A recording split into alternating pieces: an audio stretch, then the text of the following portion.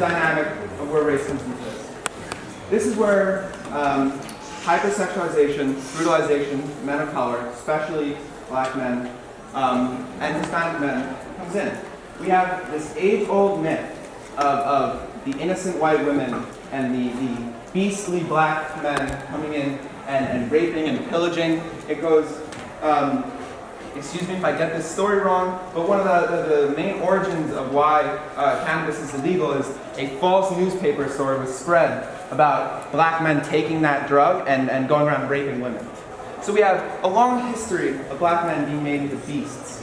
And we have a long history we see it in our media, we see it in our politicians, we see it in who we listen to on the radio, we see it in everything, and it's instilled in all men, but especially men of color, that there's nothing more than a hypersexual physical beast. Right. We move to the next thing. Before we go there, I mean, guys were a little teased by it, but we want to talk about something very important. Right? We understand it in a couple of ways. We've been throwing up a bunch of things actually. Hopefully many of you are taking notes because it's pretty noteworthy, right? LOL. But the interesting thing that we want you to pay attention to is that we've thrown a lot of terms and topics, right? We've thrown hypersexualization and masculinization of black men, right? And as we've seen those things in the media, right? And then we've talked about how people are socialized to become this way.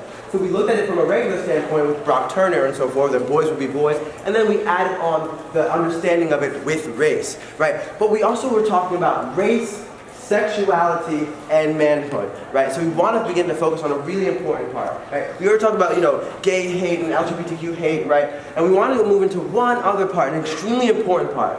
It's one of our greatest teachers in our country today, right? And it's really doing us the most, and I think the greatest harm. Can we show them their teacher?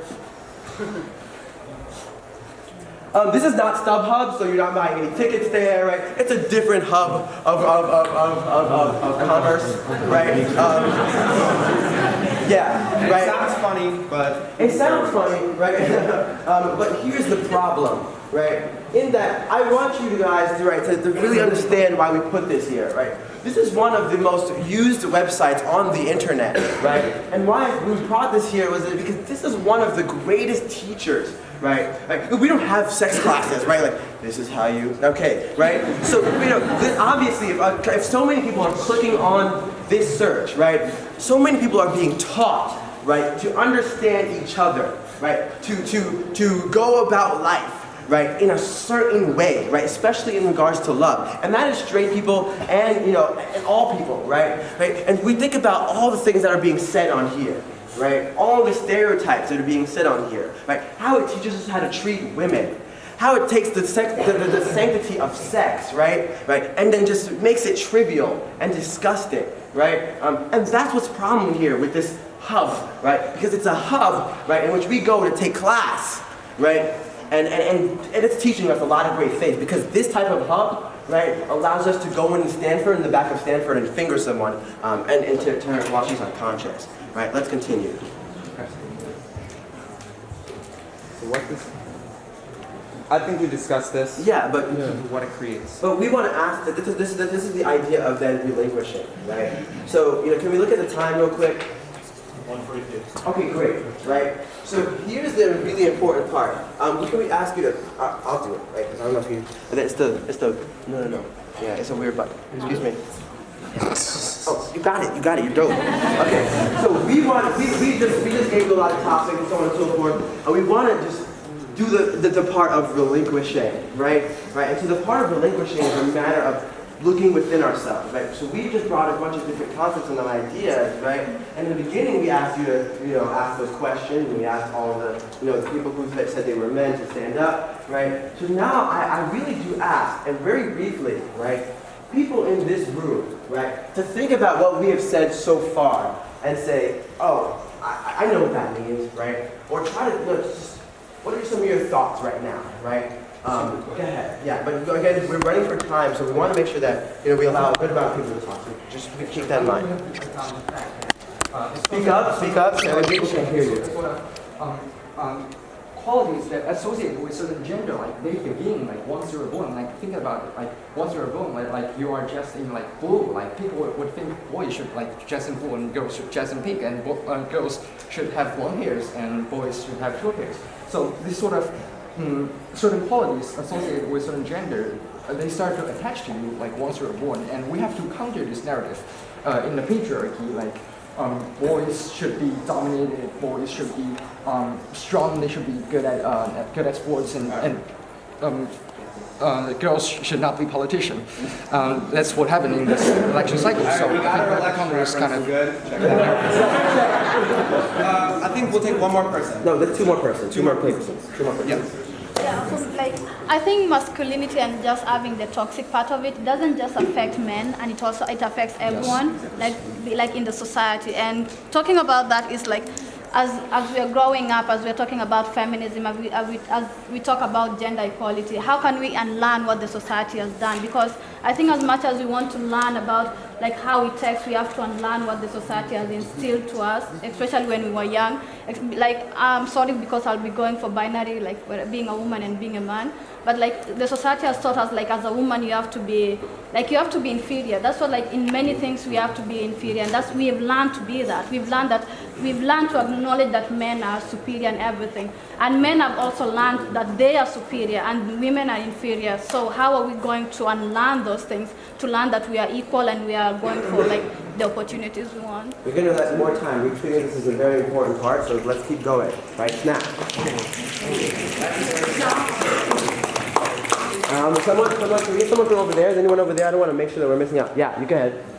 It creates a perception of permission to act off of racism, sexism, homophobia, etc. that you talked about in your presentation, because we almost expect it from ourselves, or men expect it from themselves.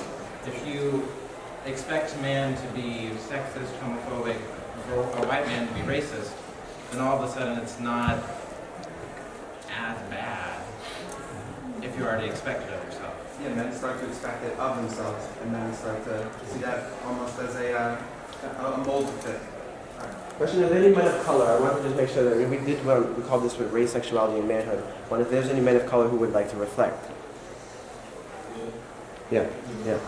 I'm a black man, like born and raised in Harlem, but I was born in Washington Heights, and living there, like what you hear around town is like, yo, like don't be following your mother, follow your dad. What your dad does, like that's what you're supposed to do. And like you see like those men on the corner, like maybe they're not really going places, like over here selling drugs and stuff like that. And you see the woman, they're getting an education, they're fighting for their families and stuff like that. But they're like, yo, follow your dad, like see what the men of the house are doing. Like don't focus on like anything else. So as a black, and then after that, like it's like also at the same time, like in those instances where there's a black man that's doing a crime or something like that, it's always, oh, this is a typical for a black man.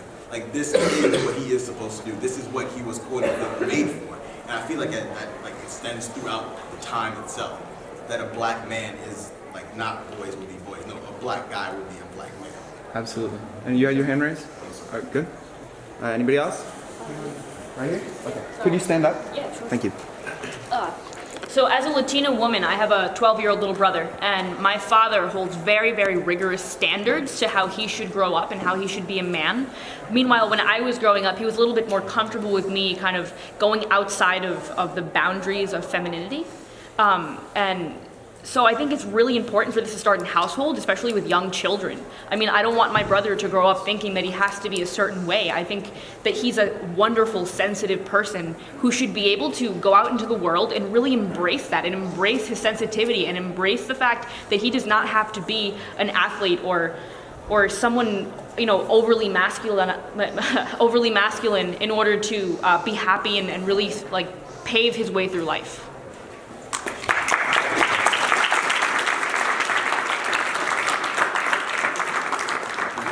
Yes? just to cover a point. He wants to come back. Wait, sorry, I don't like doing that to people, but like I really want to make sure we get some other voices. Yes. I think another thing about like the pornography is that how it really just warps our sense of reality. It warps what we think relationships should be like. It warps how we relate to people, how we view people, and it just makes your vision, it just tunnels it into how do I view people, instead of thinking about how, oh, this person's a sensitive person and I care about them. It's like, it just, you lose sight of their personhood and only just focus on like objectifying them and what you can gain from your relationship with them, if you can even call it a relationship. And I think that. Oh, could you just stand? Oh, sure. I think that it's wonderful that like so many people, everybody here is realizing like how much patriarchy and oppression hurts everybody, because the qualities that you guys have mentioned, like sensitivity and crying, those are things that you generally associate with women, and that's why they're so demeaned. And so if we can liberate everybody from that, then everybody benefits. And so yeah, you guys are just so woke, I guess. Exactly.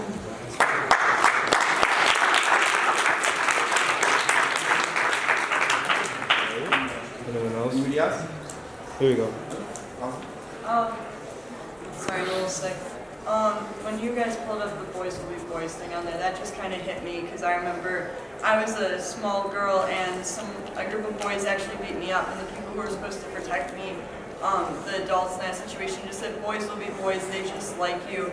And it took me a long time to tell people that it happened, that I got assaulted, and then nothing was done about that. And I think that letter that victim wrote is so powerful, and I think it's so important that from all sides of the spectrum that we're sharing our stories and that we're talking about it. And I really love that we have this dialogue here, and I just wanted to say like there's so much power in stories.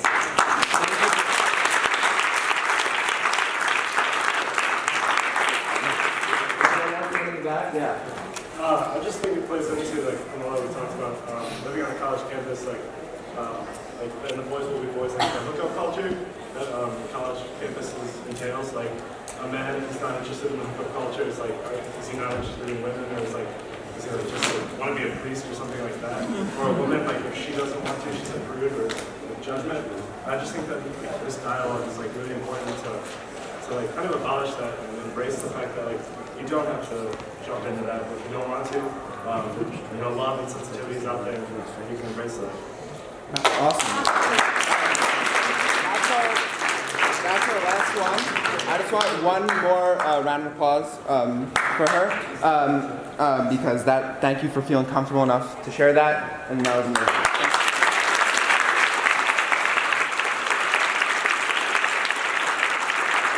Now we're going to take the circle back a bit. Oh man, you're doing it.